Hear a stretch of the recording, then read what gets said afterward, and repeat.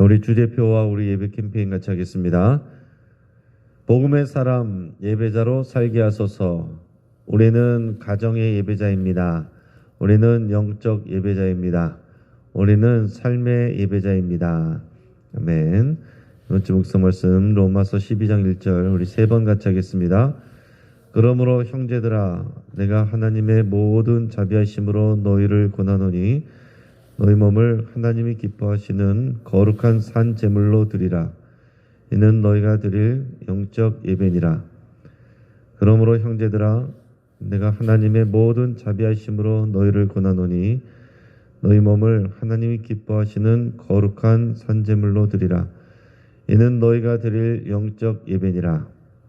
그러므로 형제들아 내가 하나님의 모든 자비하심으로 너희를 권하노니 너희 몸을 하나님이 기뻐하시는 거룩한 산 제물로 드리라. 이는 너희가 드릴 영적 예배니라. 아멘. 하나님께서 오늘 우리에게 주시는 말씀은 민수기 6장 13절에서 27절까지 말씀입니다. 자, 오늘 본문을 통해서 정결함과 하나님의 복이라는 제목으로 말씀의 은혜를 같이 나누겠습니다. 자, 일반적인 나실인의 서원은 일정한 기간을 정해서 그것을 정하고 지키는 것입니다. 스스로 자신이 그 기간을 정하는 거예요. 그래서 나실인으로서 지냈던 기간이 끝나는 때가 오면 이제 나실인의 의무가 끝나고 일상으로 돌아가는 과정도 오늘 본문에 의해서 정해져 있습니다. 그러니까 오늘 나오는 나실인의 법이라는 것은 나실인의 이제 그 기간이 끝나고 일상으로 돌아가는 그 과정을, 그 규례를 말합니다. 그래서 오늘 본문의 13절에서 21절까지가 그 과정을 소개하고 있습니다. 자, 나실인이 자기의 몸을 구별한 날이 다 차면 사람들이 그를 데리고 회막 앞에 문으로 데리고 갑니다. 그때 나실인은 그냥 빈손으로 가는 것이 아니라 지금 하나님 앞에 제사를 드려야 되기 때문에 많은 제물을 준비해서 가야 됩니다. 오늘 13절에서 15절까지 말씀을 우리 같이 읽겠습니다. 나실인의 법은 이러하니라. 자기 몸을 구별한 날이 차면 그 사람을 회막문으로 데리고 갈 것이요 그는 여호와께 헌물을 드리되 번제물로 1년 된 흠없는 순양 한 마리와 속죄제물로 1년 된 흠없는 어린 암양 한 마리와 화목제물로 흠없는 순양 한 마리와 무교병 한 광주리와 고운 가루에 기름 섞은 과자들과 기름 바른 무교 전병들과 그 소제물과 전제물을 드릴 것이요. 아멘. 자, 우리가 언뜻 읽어봐도 뭐 많이 준비하는 게 보입니다. 자, 먼저는 이 번제물을 준비를 해야 되는데 번제물로는 1년 된 흠없는 순양 한 마리를 준비해야 되고 그 다음에 속죄제물을 준비해야 됩니다. 1년 된 흠없는 암양 한 마리를 준비해야 되고 화목제물로 흠없는 순양 한 마리를 또 준비를 해서 제사장에게로 가져가야 됩니다. 그것뿐만 아니라 소제와 전제 제물도 함께 드려야 됩니다. 무교병 한 광주리와 또 고운 가루에 기름 섞은 과자들과 또 기름 바른 무교 전병들과 그 소제물과 전제물을 가지고 나가야 돼요. 자, 이 번제라는 것은 하나님께 완전한 헌신을 의미하는 것입니다.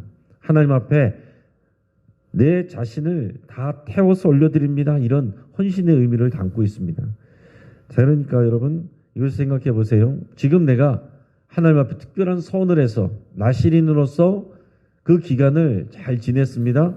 그러고 나서 끝마치고 일상으로 돌아가면서도 하나님 앞에 번제를 드리며 내 삶을 하나님께 완전히 헌신합니다. 이렇게 제물로 하나님 앞에 결단하는 거예요. 여러분 우리 나실인의 서원이 특별한 서원이고 하나님께 드려지는 시간이지만 우리의 삶의 전체가 또한 하나님 앞에 드려지는 것입니다. 이 속죄제라는 것은 죄를 속하는 제사이기 때문에 이 나실인으로 지낼 때 자기도 모르게 부지중에 죄를 지을 수 있지 않습니까? 아무리 내가 정결하게 내 몸을 지키고 한다고 해도 부지중에 지은 죄가 있을 수 있기 때문에 속죄제를 드립니다. 그리고 화목제물은 그야말로 하나님과 화목한 관계를 누리고 그리고 그 제물을 가지고 또 가족과 그 지역의 공동체들과 함께 나누는 거예요. 잔치를 하는 것입니다.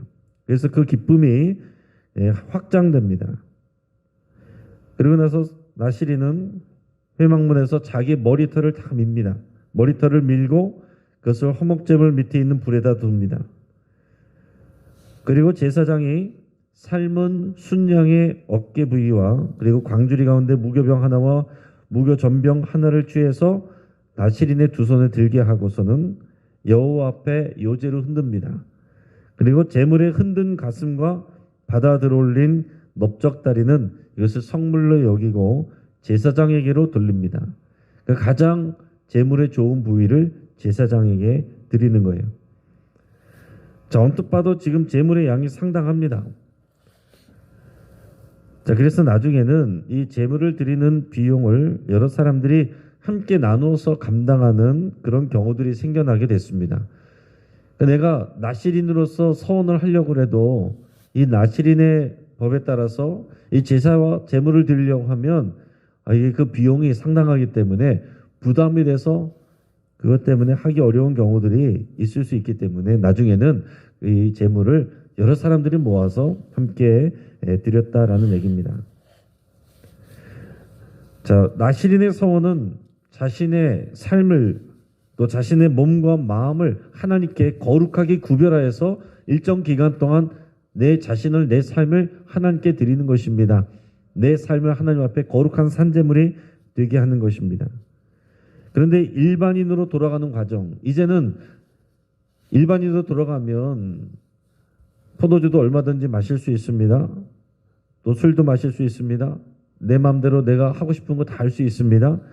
그런 돌아가는 과정도 철저하게 하나님 앞에 헌신을 다짐하고 죄를 속죄하고 하나님과 화목을 이루고 공동체와 그 화목의 기쁨을 같이 나누면서 돌아가는 거예요. 그러니까 이 특별한 헌신이 끝나도 여전히 내 삶은 하나님의 것입니다. 내 삶은 여전히 하나님 앞에서 정결하게 드리겠습니다. 내 삶은 이 공동체와 함께 하나님이 주신 은혜와 기쁨을 나누겠습니다. 그것을 고백하는 것입니다. 그게 믿음이에요. 여러분, 우리는 나시린들처럼 우리 삶의 시간을 구별해서 하나님께 드릴 수 있습니다. 그래서 어떤 사람은 자신의 인생의 10분의 1을 하나님께 드리겠습니다 해서 그 시간을 단기 선교를 나갔다 오는 사람들도 있고 또 그 기간들을 자신이 생각해서 어느 시간에 일정한 부분을 들여서 또 금식을 하는 분들도 있고 아무튼 우리가 하나님 앞에 특별한 내 사랑을 표현하기 위해서 각자의 모양으로 헌신을 할 수가 있습니다. 자, 그거보다 더 중요한 것은 뭡니까? 우리 평생의 삶이 하나님 앞에 하나님이 기뻐하시는 산제물 되는 게 중요한 거예요. 그럼 일반 제물은 어떤 것입니까? 반드시 죽여야 그것이 제물이 되는 것입니다. 이 암양이든지 순양이든지 데려가면 다 죽여야 제물이 돼요. 살아있으면 제물이 될 수 없습니다. 그러나 우리는 살아서 제물이 될 수 있어요. 특히 우리 신약시대에 우리는 예수 그리스도께서 대신 죽으셨기 때문에 우리는 죽지 않고 하나님 앞에 우리 삶을 드리는 살아있는 제물이 될 수 있다라는 얘기입니다.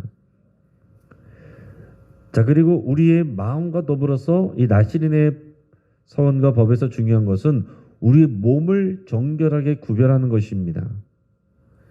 그러므로 우리는 이것을 알아야 돼요. 신약시대의 영지주의 이단은 우리 영혼은 귀한 것이고 몸은 더러운 것이다 이런 생각을 해서 예수님이 몸으로 온 것, 몸으로 죽으신 것, 몸으로 부활하신 것 이것을 다 부인했어요.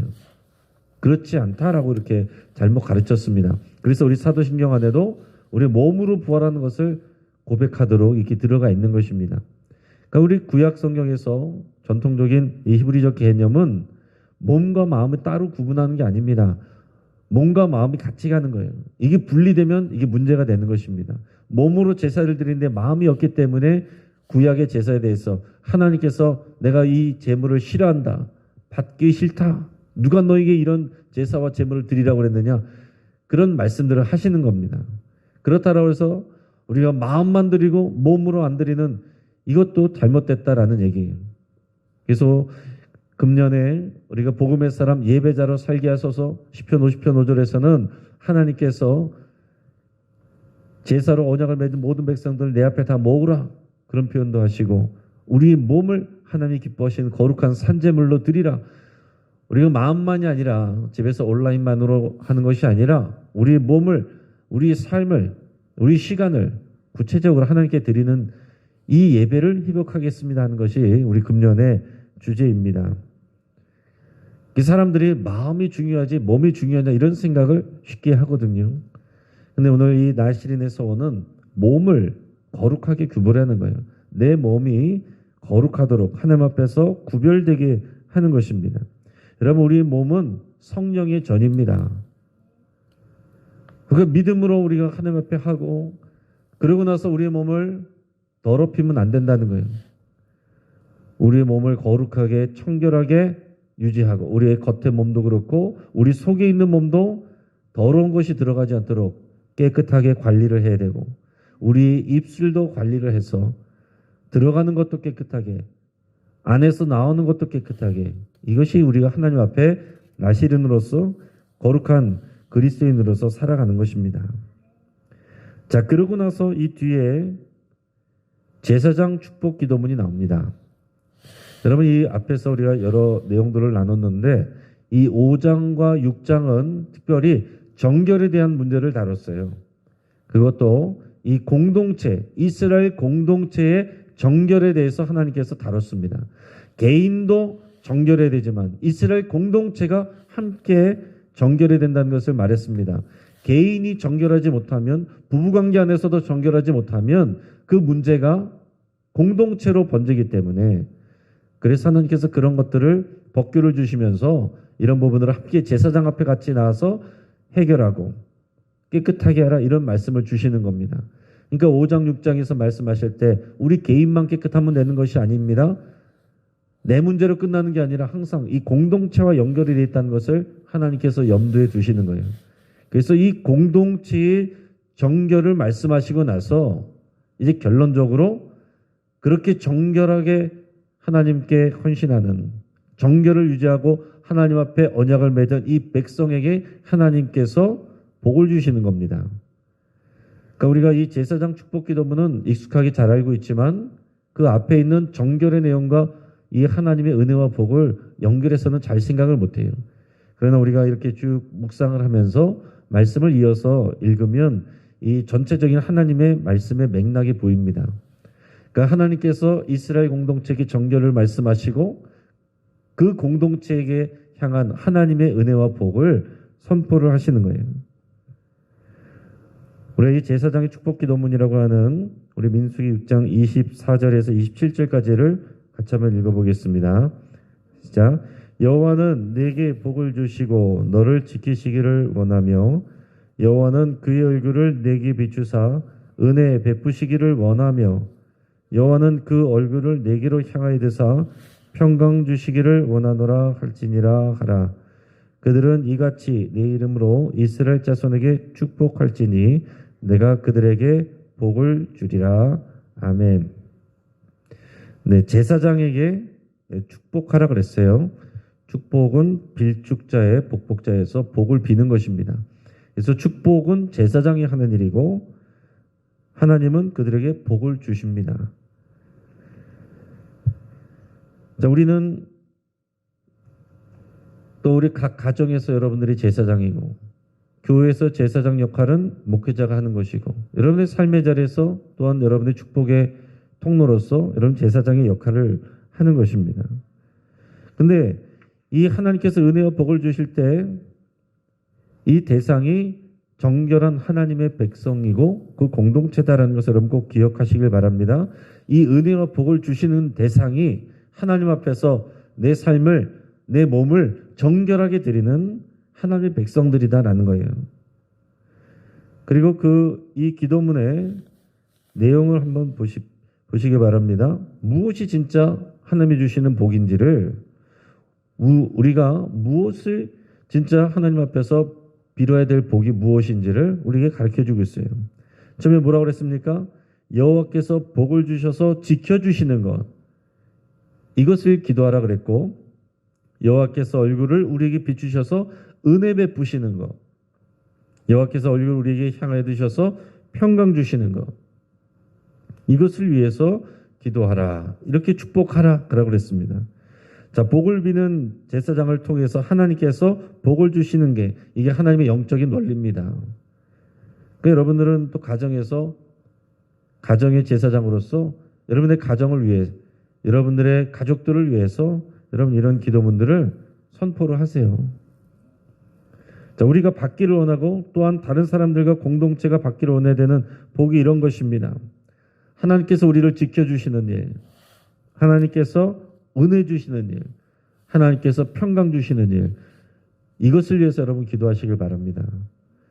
물론 우리가 다른 기타 여러 가지 필요한 것들도 있습니다. 그러나 하나님이 우리를 지켜주시고 은혜 주시고 평강 주시고 이것이 정말 우리를 살게 하는 거예요.